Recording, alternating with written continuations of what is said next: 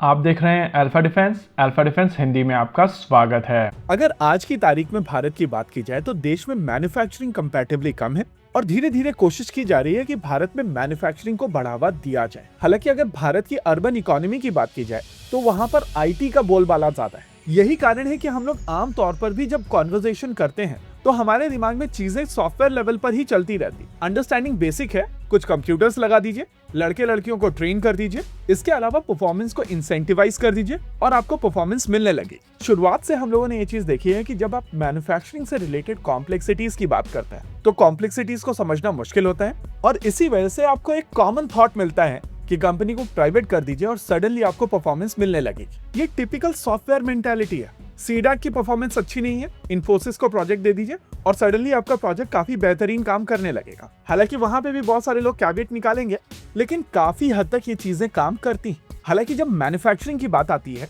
या इनोवेशन की बात आती है तो ये माइंडसेट काम नहीं करता है। हम सभी ये चीज मानकर बैठे थे कि सॉफ्टवेयर में भारत बहुत आगे है और जब से ये एआई बबल बना है तब से हम लोग ये चीज रियलाइज कर रहे हैं कि भारत में हम लोग काम तो जरूर कर रहे थे लेकिन इनोवेट नहीं कर रहे। अब अगर आप स्पेसिफिकली मैन्युफैक्चरिंग की बात करेंगे तो मैन्युफैक्चरिंग में सबसे इंपॉर्टेंट चीज होती है इंफ्रास्ट्रक्चर। जब तक आपके पास में प्रॉपर इंफ्रास्ट्रक्चर नहीं है तब तक आप कोई भी प्रोडक्ट नहीं बना सकते। दूसरी चीज है स्केल। आप केवल 10 प्रोडक्ट बनाने के लिए कोई इंडस्ट्री स्टैब्लिश नहीं कर सकते। चीजों को कंसोलिडेट करना पड़ता है और जहां जहां हो सके वहां पर चीजों को स्टैंडर्डाइज किया जाता है ताकि वॉल्यूम बनाया जाए। देखिए, आपको ऐसा लगेगा कि ये चीज आपको समझ में आ रही है लेकिन रियलिटी में ये थोड़ी ज्यादा कॉम्प्लिकेटेड है। इसको एक एग्जांपल की मदद से समझिए। घर में आप रोटियां बनाते हैं और लगभग हम सभी को अपने घर में माता जी के हाथ की बनी हुई रोटियां बहुत पसंद होती हैं। हालांकि नॉट एवरीवन इज लकी और मुझे तो महीनों हो चुके हैं माता जी के हाथ की रोटी खाए हुए।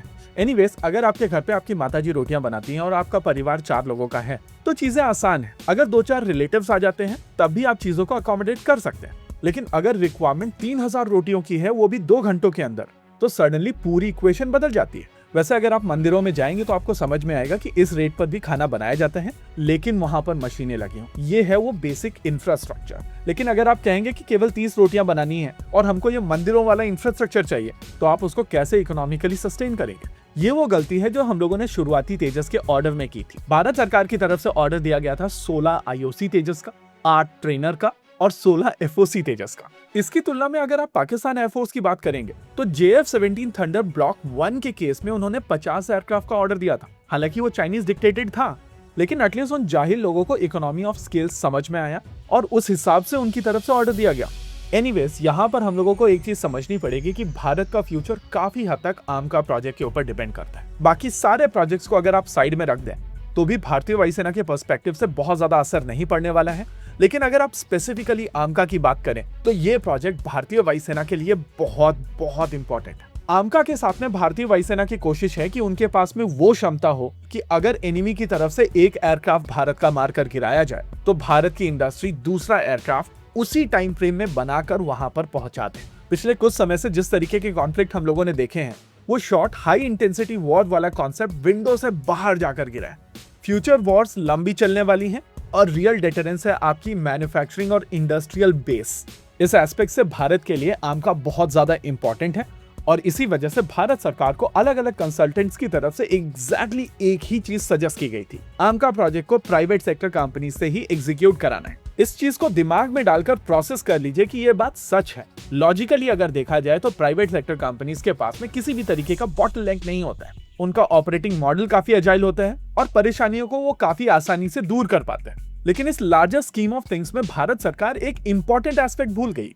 आपको पहले मैन्युफैक्चरिंग बेस तो बनाना पड़ेगा और मैन्युफैक्चरिंग बेस अगर आपको स्क्रैच से बनाना है तो आपको वॉल्यूम देना पड़ेगा। अगर आप इंडस्ट्री को बोल रहे हैं कि केवल 5 आमका के लिए ये प्रोजेक्ट है और आपको डीआरडीओ की फैसिलिटी में इन एयरक्राफ्ट को बनाना है जिसमें मैन पावर आपका, ट्रेनिंग आपकी, रिस्क आपका और इवेंचुअली बिडिंग वापस से ओपन अप होंगी कि मैन्युफैक्चरिंग कौन करेगा। इसके अलावा इंजीनियरिंग के लिए ना ही आप इंफ्रास्ट्रक्चर सेट कर रहे हैं, ना ही टेस्टिंग बेसिस आप स्टैब्लिश कर रहे हैं, ना यूनिवर्सिटीज में नए कोर्सेस ऐड किए जा रहे हैं, ना ही ऑनरा जैसी कोई लैब स्टैब्लिश की जा रही है जहां पर हर तरीके की टेस्टिंग की जा सके। प्रैक्टिकली सिचुएशन आपने वही बनाकर रखी हुई है जो पहले एलसीए के टाइम पर थी और हम लोग अज्यूम कर रहे हैं कि प्राइवेट सेक्टर कंपनी सारा रिस्क लेने के बाद में मैन्युफैक्चरिंग के समय वापस से बिड में जाने के लिए तैयार होंगी। आमका कोई डीआरडीओ कैस्ट्रल नहीं है कि महिंद्रा भी बना सकता है, टाटा भी बना सकता है, भारत फोर्ज भी बना सकता है और इवेंचुअली लिमिटेड नंबर में ऑर्डर देकर चीजों को बंद कर दिया जाए। ये एक्चुअल प्रॉब्लम्स हैं और इन एक्चुअल प्रॉब्लम्स का सॉल्यूशन कभी भी वो प्राइवेट वर्सेस पब्लिक वाला डिबेट था ही नहीं।